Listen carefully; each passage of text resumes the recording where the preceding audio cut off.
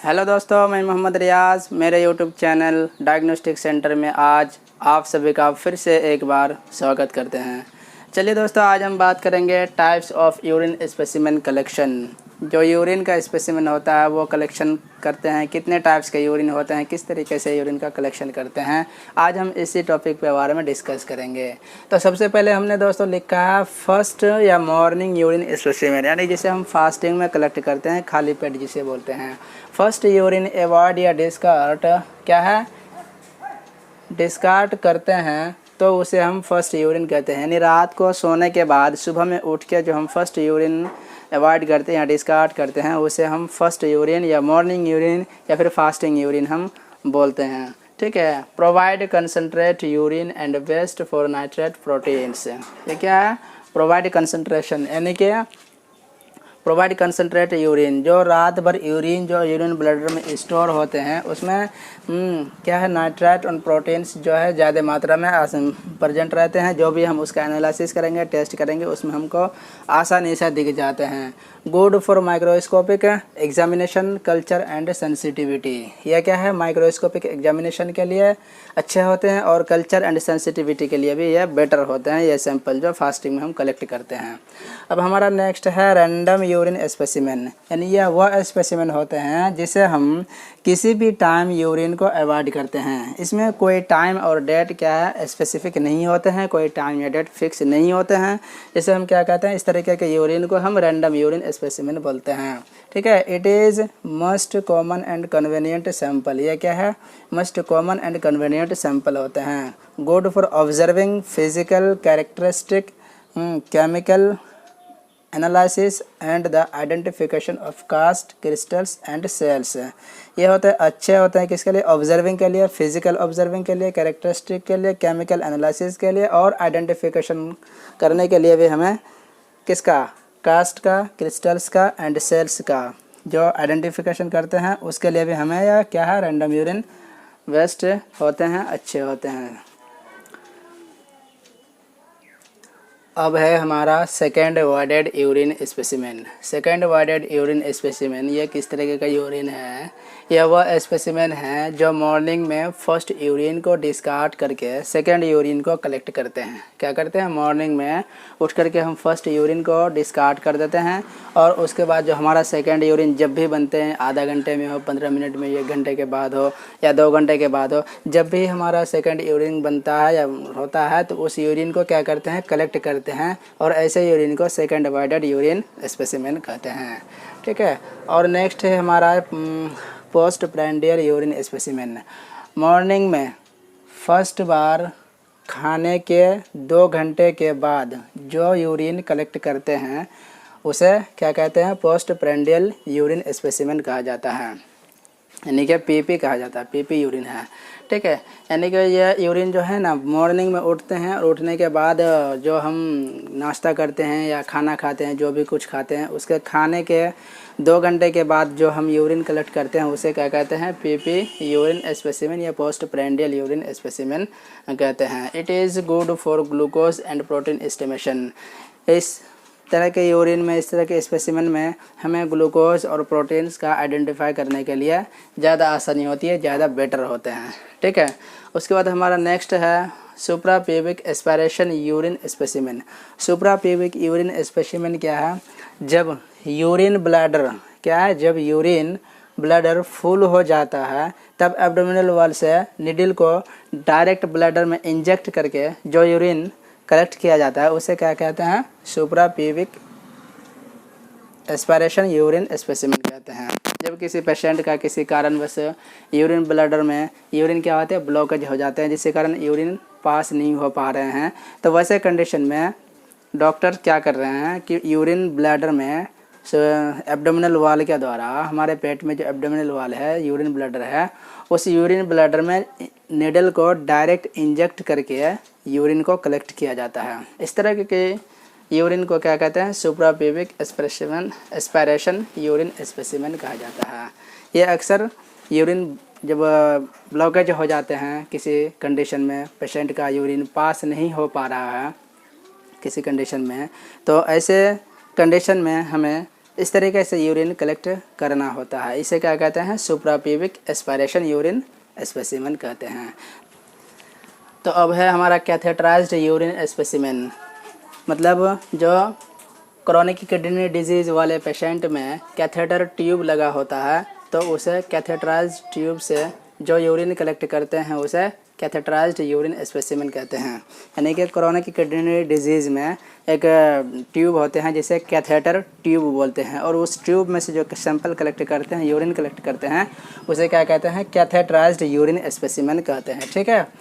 ऐसे सैंपल, जब इस तरीके का सैंपल कलेक्ट करना हो तो ऐसे सैंपल को ड्रेनेज बैग से कभी नहीं लेना है, क्योंकि यूरिन कलेक्ट होते रहता है उसमें और एवं कंटामिनेशन का भी चांस है उसमें बना रहता है। ठीक है। उसमें यूरिन बैग भी है कैथेटर ट्यूब के साथ, लास्ट में आप देखे होंगे यूरिन बैग लगा हुआ होता है, उसमें यूरिन कलेक्ट होता है। तो उसमें से यूरिन सैंपल नहीं कलेक्ट करना है, क्योंकि उसमें कंटिन्यू जो यूरिन कलेक्ट होते रहता है और वह कंटामिनेशन का चांस भी उसमें बना रहता है। इसलिए हमें कहाँ से कलेक्ट करना है? कैथेटराइज्ड यूरिन, कैथेटराइज्ड ट्यूब से भी हमें कलेक्ट करना होता है। ठीक है। तो ये थे हमारे यूरिन कलेक्शन के स्पेसिमेन के टाइप्स थे। ये सभी इस तरीके के यूरिन, इतने टाइप्स के यूरिन हमें कलेक्ट करना होता है। ठीक है। तो दोस्तों अब हम बात कर रहे हैं कि कैरेक्टरिस्टिक ऑफ नॉर्मल यूरिन। जो यूरिन होता है एक पेशेंट का, नॉर्मल यूरिन का कैरेक्टरिस्टिक क्या क्या होना चाहिए, अब हम इसके बारे में बता रहे हैं कि ये सबसे पहले तो हम उसको देखेंगे कि वॉल्यूम कितना है। ये पेशेंट ने जो हमें यूरिन कंटेनर में जो यूरिन दिए हैं कि कितना ml यूरिन है, वह वॉल्यूम हमें देखना है। तो वॉल्यूम क्या है कि वॉल्यूम जो है, जो 24 आवर का जो वॉल्यूम होता है कि 24 आवर में एक आदमी कितने लीटर यूरिन एक्सक्रिएट करते हैं। तो 1000 से 2000 ml नॉर्मल यूरिन एक्सक्रिएट इन 24 आवर्स, यानी कि 24 घंटे में 1 से 2 लीटर यूरिन क्या करते हैं? एक्सक्रिएट करते हैं, डिस्कार्ड करते हैं, निकालते हैं। ठीक है। और जैसे कि एक और है oliguria, polyuria, anuria. यानी कि ओलिगो यूरिया किसे कहते हैं? यदि 500 ml से कम यूरिन एक्सक्रिएट होता है तो उसे ओलिगो यूरिया कहते हैं। 24 घंटे के अंदर अगर 500 ml से भी यूरिन कम निकलता है, यूरिन अवॉइड होता है, तो हम उसे एक डिजीज़ का नाम दिया था जिसे कहते हैं ओलिगो यूरिया। और है इसी तरह जो है, यदि 2500 ml से यूरिन ज़्यादा एक्सक्रिएट हो रहा है 24 घंटे में, तो क्या कह रहे हैं? उसे पॉली यूरिया कहते हैं। इस तरह की कंडीशन में क्या हो जाता है? पॉली यूरिया का डिजीज़ पैदा हो जाते हैं। ठीक है। अब होता है एन यूरिया। एन यूरिया यानी कि नो यूरिन आउटपुट। क्या होता है? इस तरह की कंडीशन में पेशेंट का, आदमी का यूरिन बिल्कुल ही डिस्कार्ड नहीं होते हैं, बिल्कुल ही नहीं होते हैं, यूरिन पेशाब नहीं होते हैं, इसे एन यूरिया कहते हैं। हो सके यूरिन ब्लडर में यूरिन ब्लॉकेज हो जाने के कारण जो है क्या कहते हैं?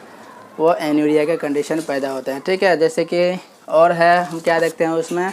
नॉर्मल कैरेक्टरिस्टिक हमारा है कलर, उसमें हम कलर भी देखते हैं। नॉर्मल कलर जो होता है यूरिन का वो है पेल येलो। क्या है? वो है पेल येलो। अब एबनॉर्मल कलर भी उसमें बहुत सारा पाया जाता है, लेकिन हमने यहाँ पे आपको कुछ ही कलर दर्शाए हैं। जैसे कि डार्क येलो कलर भी होते हैं, ऑरेंज कलर के भी यूरिन होते हैं, रेडिश कलर के भी यूरिन किसी किसी का बन जाते हैं, ग्रीन कलर या टर्बिड कलर के भी यूरिन क्या कहते हैं? बन जाते हैं। ये सब क्या है? एबनॉर्मल कलर है। एबनॉर्मल कलर और भी है, मैं इस कलर के बारे में एक नए वीडियो बनाऊंगा आगे चल के कि अगर डार्क येलो होते हैं तो किस कॉजेज से होते हैं, इसका क्या कारण होते हैं, ऑरेंज कलर के बनते हैं तो क्या बीमारी डिजीज़ बनते हैं। इसी तरह का मैं इसके लिए भी एक वीडियो बनाऊंगा। अब हम क्या देखते हैं? ऑर्डर देखते हैं। एनोमेटिक ऑर्डर होता है। ठीक है। एनोमेटिक ऑर्डर का मतलब होता है कि यूरिन जब कलेक्ट करके हम कुछ देर तक रख देते हैं तो उस यूरिन में प्रेजेंट यूरिया जो है एनोमेटिक ओके एमनोटिक में कन्वर्ट हो जाते हैं। ठीक है।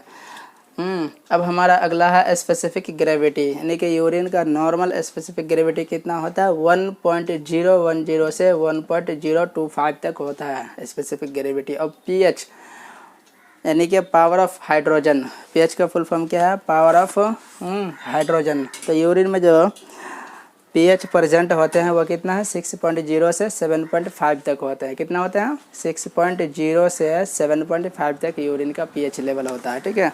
तो इस पीएच लेवल जो है, मैं एक पेपर में यहाँ लिखा हूँ, पीएच लेवल अल्कलाइन और न्यूट्रल एवं क्या है? एसिडिक होते हैं। Alkaline, neutral and acidic. जो 7.0 है ये न्यूट्रल है, ये बेटर होता है। ठीक है। PH level.